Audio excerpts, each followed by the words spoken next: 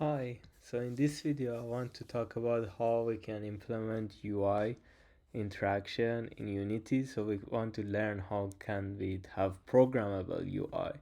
So when we click on a certain button, certain events can happen, events that we define. So the first step is that here I have like an empty Unity scene, so I haven't done anything. So we have the main camera, which is gonna show the render everything in our scene, and we have some lighting here. So what I'm gonna do here, we have right now it says to skybox, so I'm gonna change it to solid color, and let's make it, for now let's make it like something like this. Yeah, now we want to add some UI elements, so let's go here. First step, before we do anything, we want to create a canvas.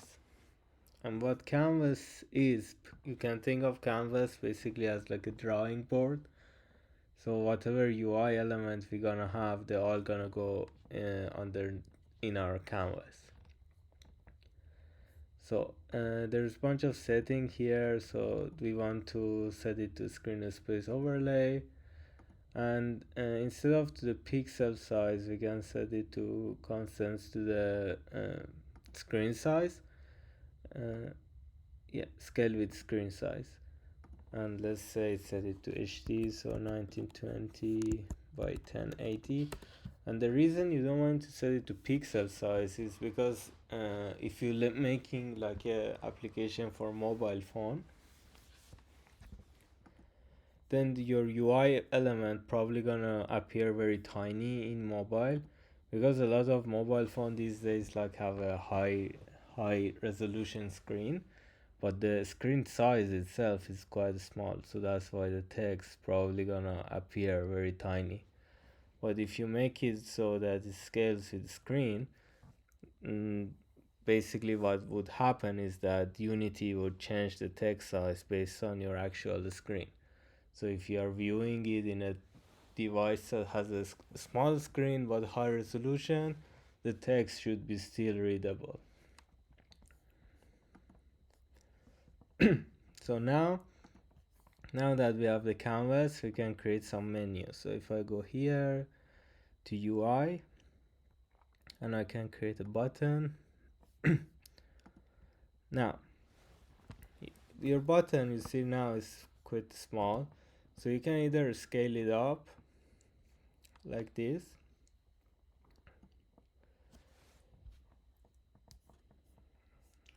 but there's one problem with this which you should avoid scaling things, especially UI. Is because if you look at it now, it's quite pixelated. So instead of scaling it, I'm going to click on the button,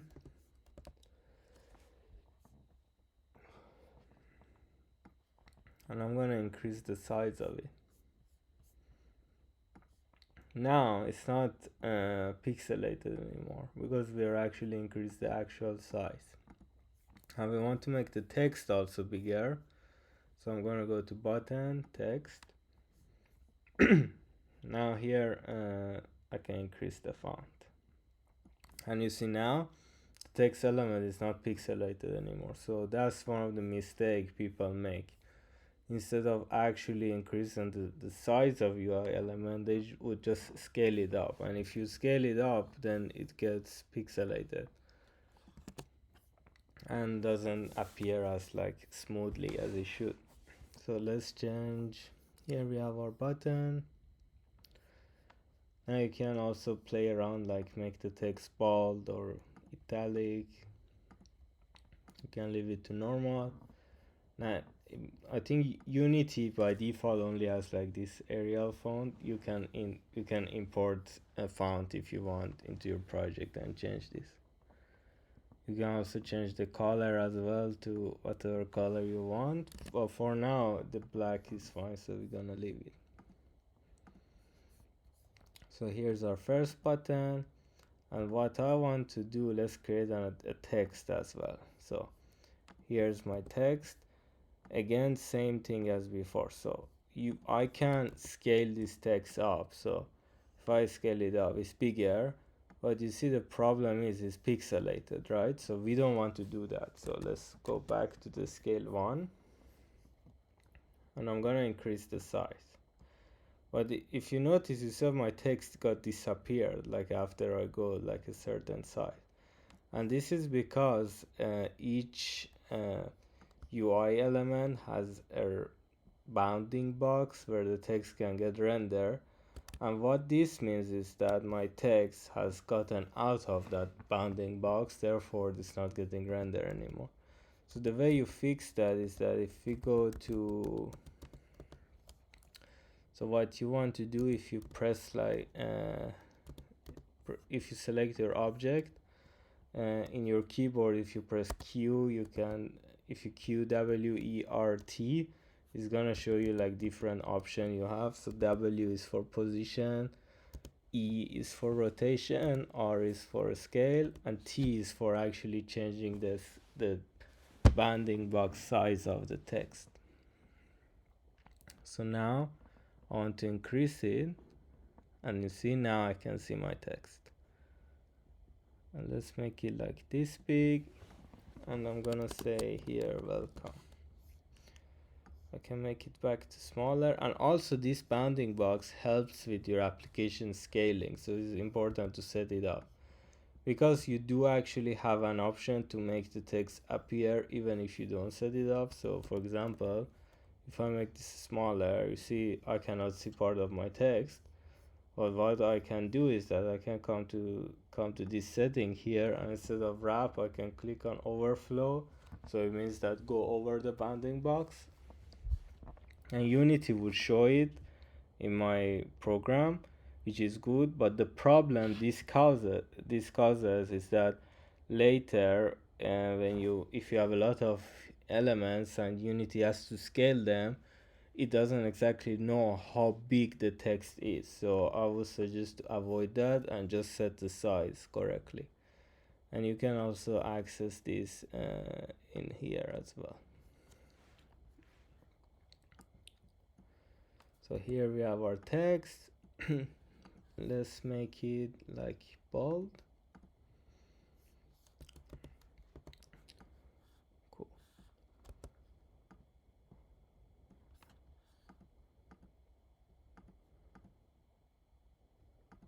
Okay, just leave it. I can change the name as well here. So we can call this welcome text.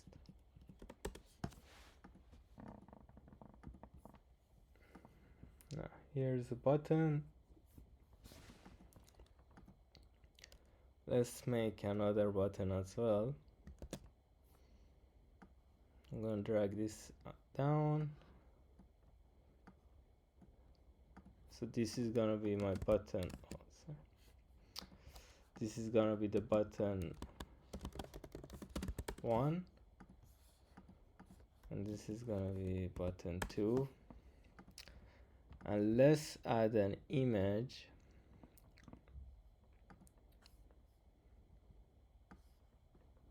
This is gonna be image that so what I want to program is that if I click on the first button, this should turn to red. If I click on the second button, this image should turn to green. So I want to learn how I can do this. So what I want to do is that if you expand if you click on a button and you scroll down, here we have different components. So we have the rect transfer, we have image, and now we have the bottom component. And if you see, each bottom component has an event called onClick. These are the events that Unity has created, which we can use. So basically what this does is that you can create some events through a script, and then you can pass them through here, and then they would get activated when you press on this button. So you see these buttons are already interactable, but when I click on them, nothing's happened because I haven't defined anything, which is, for now, is fine. So the next step is that we want to create the script to define those functionalities, and we want to pass them through on on click event that we have here. Just before doing that, I want to change this. Let's scale this up a little bit.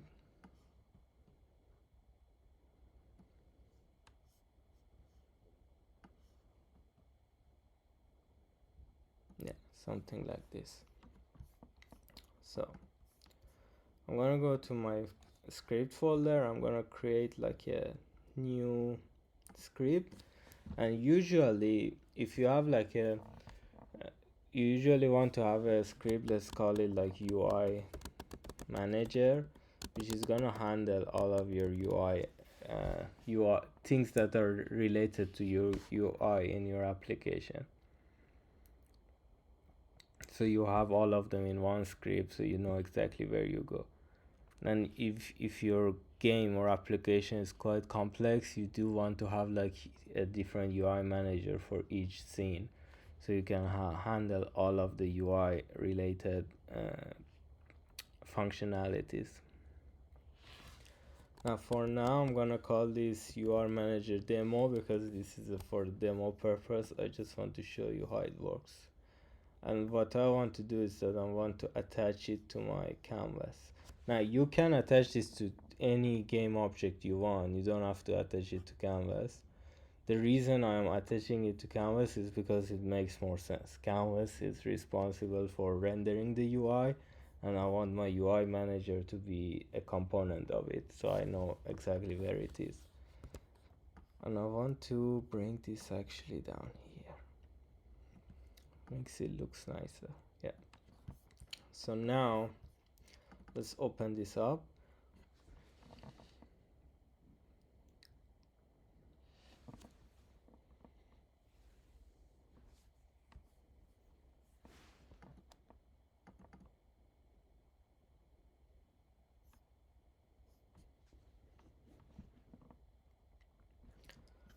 So what we want to do is that, let's say the first button is going to be turning to red, the second one to green. But before we do anything, we want to make sure that we got the access the two buttons working. So I'm going to create two methods, and I want to declare them as public because I want to access them outside of this script later on. So public red button, I can call it public void on red button click, and let's say debug. We can for now print a debug message. Red button has been pressed. I can create another one on green button click, and here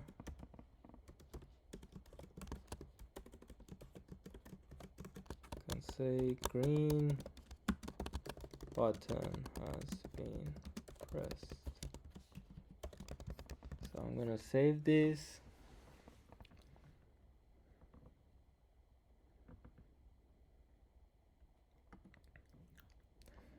Also, you want to change this name to match whatever you name them in the script. So I'm going to change this one to red button.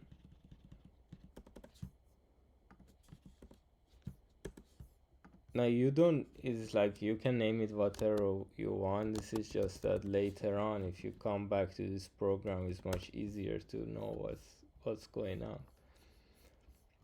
Unless I want to actually change the color as well. So let's set this to like green. And name this to green.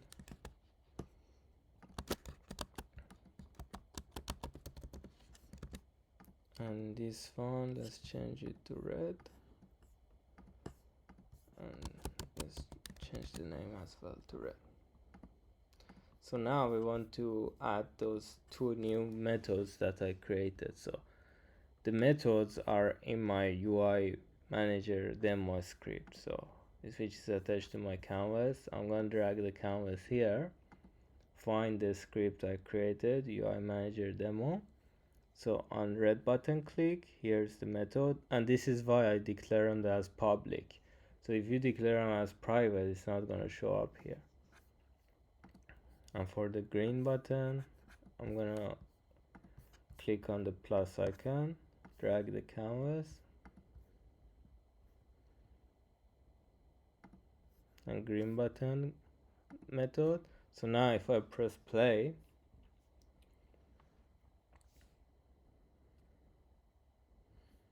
if I click on, let me clear this up, if I click on red, you see red button has been pressed, and if I click on green, green button has been pressed, and if I press again, you see it turns to 2, which means that I pressed it twice, and if I press this one, it turns to 2. So now we got the buttons working. So the next step is that we want to change the color of this image. So in order to do that, if I click on this object, we have this image component here, and there is a section called color, which is responsible for the color of this object, and we want to change that. So first thing I want to do is that I need to access this image component before I can do anything. So I'm gonna come here, we're gonna deal with UI, so and we need to import the UI library using Unity Engine.ui. And now what I can do is that I can create a private image. The component type that I want to access is image. Like, you can either access the entire object then access the image, but in this case I don't need anything with the I don't need the entire object, I just need the component. So image, so I declare the type. Now I need to give it a name. I can give it whatever name I want, but I can just say image, which makes more sense. And now let's go back to Unity. So here's the variable that I just created. So all I have to do is drag my image game object to here, and Unity automatically picks up the component that I'm looking for, which is the image. So now on red button click, I can comment these out. We tested them and they're working. So I can say image dot color is equals to. Now you can either define your new color, or you can select one of the color that has been predefined by Unity. So I can say color dot red. This is me. This is how you access the predefined color. If you want to create a new color yourself, you can say image.color equals to new color, and then you basically declare it.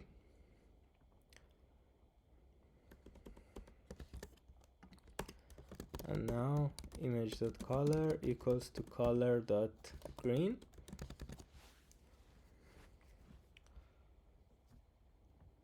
So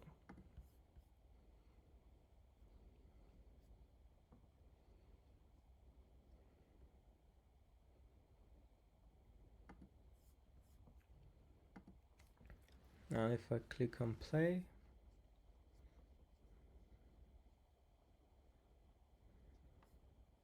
so if I click on red, it turns to red. If I click on green, it turns to green. So it's working, and everything is like fine. And again, you can change the color to whatever you want. You can even define your new color. And that's a guide on how to create your own interaction using Unity UI. And that's it for this video.